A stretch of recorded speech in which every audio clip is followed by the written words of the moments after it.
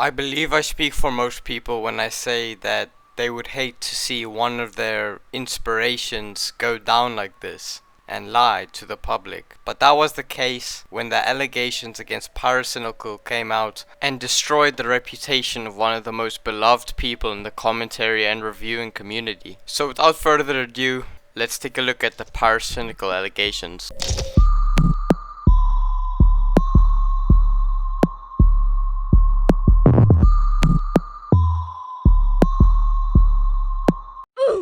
As previously mentioned, Pyrocynical was one of the most beloved creators in the commentary and reviewing community. He made great content and he amassed over 4.4 million subscribers. He's remained relevant and popular ever since 2015, where he uploaded commentary videos and was one of the pioneers for the commentary genre on YouTube. I have no doubt in my mind when I say that he was an inspiration for many people, including me. As I said, he made great content, varying from everything from movie reviews all the way to video game reviews, not to mention the infamous MLG Teletubbies.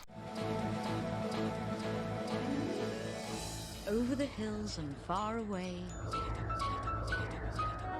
Teletubbies come to smoke weed every day. But that's besides the point. On the 29th of October 2020, a Twitter user by the name of Ivory Rasmus dropped a tweet longer claiming she had been groomed by Pyrocynical. Pyrocynical groomed me, and I have screenshots to prove it. I've been sitting here thinking about this shit nonstop, being angry, confused, and sad that I've had to accept this since I was 15, but I've never said anything because I felt powerless. What he sent ranged from drawn not safe for work to fetishy YouTube videos, and he'd ask me to compile shit for him using tags that he liked on certain websites. At 15, I obviously did it because he's fucking Pyrocynical. I was just happy to be talking to him, and I was trying to continue that. As was usually the case with allegations like these, people claimed that Ivory was just another clout chaser who wanted some internet fame and therefore did not believe her side of the story, with some even claiming that the allegations are fake without even reading the tweet longer or hearing Pyrocynical's side to the story. Now, if we actually take a look at the word grooming, it kind of varies with the definitions, and the definition that we're looking for is kind of vague. When typed into Google, we get two definitions. Grooming, the action of a pedophile of preparing a child for a meeting. So if we focus on this definition and this definition only, it seemed that Ivory used the wrong word. Now, while I do think his allegations are true, I don't think he was groomed. Hey guys, just wanted to let you know that shit is starting to get weird. Just a fair warning. To be honest, I'd pick you up, hug you while rubbing you against my huge sweaty boobs, then kiss your cheeks telling you how much I loved you, and then kiss you on the lips and let out a hard belch into your mouth. I'd eat your cock up with my ass, TBH, IDK, fart so long and hard on your lap, you wouldn't be able to breathe. my ass and back would be dripping in sweat. Got the thick of my dragon, by the way. My gut would just crush you. You'd hear all the moaning and growling from all the animals I've eaten beforehand squirming around in my massive belly. So as you've probably noticed, these weren't your usual 30 Discord messages. These were kind of gross.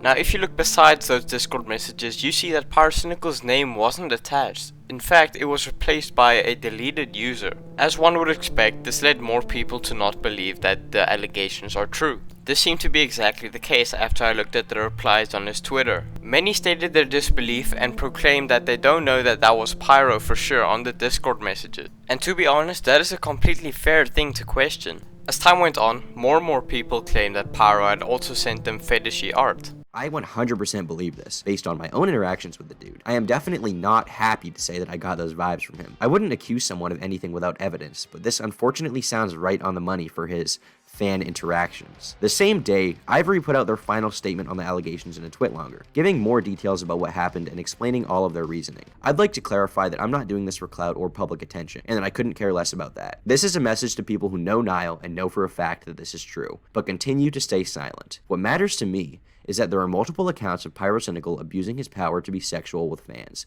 which include minors. It's not just me who's been affected. This is public knowledge in multiple communities, and has been tolerated and in turn enabled for far too long. If you've been in a situation like mine, please know that you are not alone, and that there are loads of people who are willing to support you. With this twit longer was another Imager link with 2 videos attached. One of these videos was a scroll through of the messages from the deleted user from earlier to add weight to his initial assertion that the messages were real, and the second video was a collection of DMs between Ivory and Pyrocynical's current girlfriend, @Deflimify. In these messages, assuming they aren't doctored, she seems to admit that Pyro sent these messages to Ivory, as well as saying that she had done the same. She expresses that she doesn't think what Pyrocynical did was that bad, and while she feels the age gap wasn't ideal, she doesn't think that anything bad happened to Ivory. At no point in this post does she say that Pyrocynical did not know Ivory's age. In fact, all evidence in this post points to the opposite. Up till this point, that was all that we had gotten, but it was very clear that this isn't where the story would end. Since the first allegations, hundreds of videos have been made throughout the commentary community, spreading lies and misinformation about the topic. Misinformation which has since then been cleared up by Turkey Tom.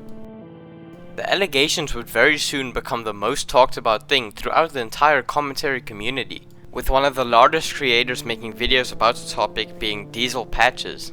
Diesel only released 2 videos on the Pyrocynical topic, one where he claims that the allegations are false, and one where he claims that he was wrong. Now here's where I have a problem with Pyro. Whether Ivory was 16, 15, whatever, it was never shown that Pyro asked for Ivory's age. In my opinion, it is Pyro's responsibility to know the age of the person he's doing that stuff with, considering he's the oldest. Pyro stated that Ivory never admitted his age, but Pyro still fucked up because he's supposed to know the age of the person when he engages in conversations such as the comparison of fat dragon chodes and, oh yeah, fart in my mouth, oh! Yes, it's not grooming. Yes, real photos were not involved, but I speak for everyone who has at least half a brain. A conversation like that is too inappropriate for anyone, but it's especially disgusting when it involves a 15-year-old. Now, the next set of evidence involves evidence we've already seen, but just expanded upon. Now, keep in mind, the conversation Pyro had with Ivory is confirmed to be real by Pyro himself, so this part's kind of alarming. We saw the first set of DMs by Ivory, but within the expanded universe, it is revealed that Ivory admitted he is a minor. Researching this kind of pissed me off. I had to go on Twitter and have people find the timestamp of when this happened. By the way, thanks again, you filthy monkey, because for some strange reason,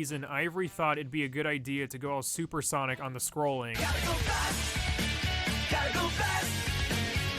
The odds were stacking up against Pyrocynical, but me and many people were waiting for Pyrocynical to release an official response, which he eventually did on a Reddit post. Hey gamers, I would like to take this opportunity to address a false allegation recently made against me on Twitter. As some of you may have seen, it has been claimed back in 2016 when I was 19 years old that I groomed an individual who was 15 years old at the time. I want to set the record straight with you and share all the truth. The accusation is 100% false and incredibly irresponsible. So there you have it, folks. The allegations made against Pyrocynical are false. I wish that was the case.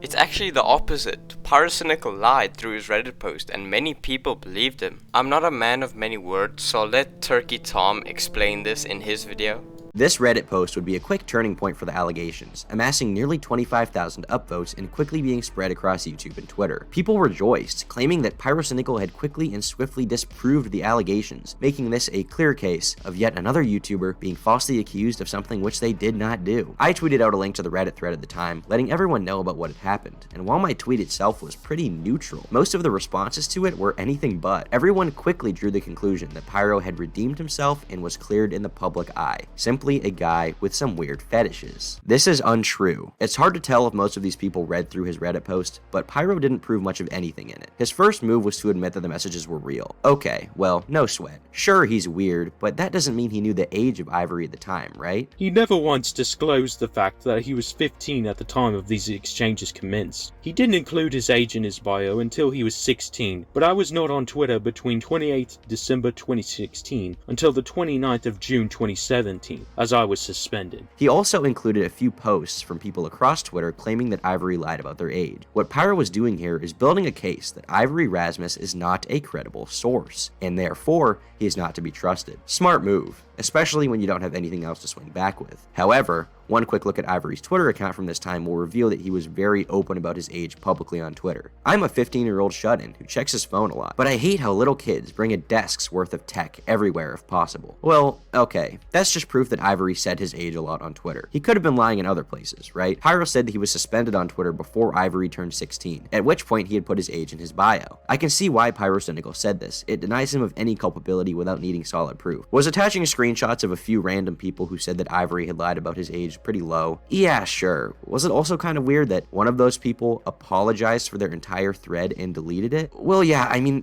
that's kind of off. Is it also weird that another one of them apologized for what they had said and retracted the statement entirely? Well, that is kind of odd, but surely he couldn't have known. And honestly, Pyro probably would have gotten away with this lie if his own girlfriend hadn't messaged Ivory in an emotional fit, victim blamed them, and admitted that everything was completely true. She even pointed to his age being younger than 15 and said that while the age gap was bad, she doesn't think that it constitutes grooming. And I agree completely. It may not constitute grooming. But what it does say is that Pyrocynical lied in his post. What is largely heralded as the greatest defense of Pyrocynical by himself and the entire community is incorrect. And just like that, Pyrocynical was proven guilty. The end. Oh wait, there's more. Did Pyrocynical groom him? No, not if we follow the definition that we found on Google. Is Pyrocynical a pedophile?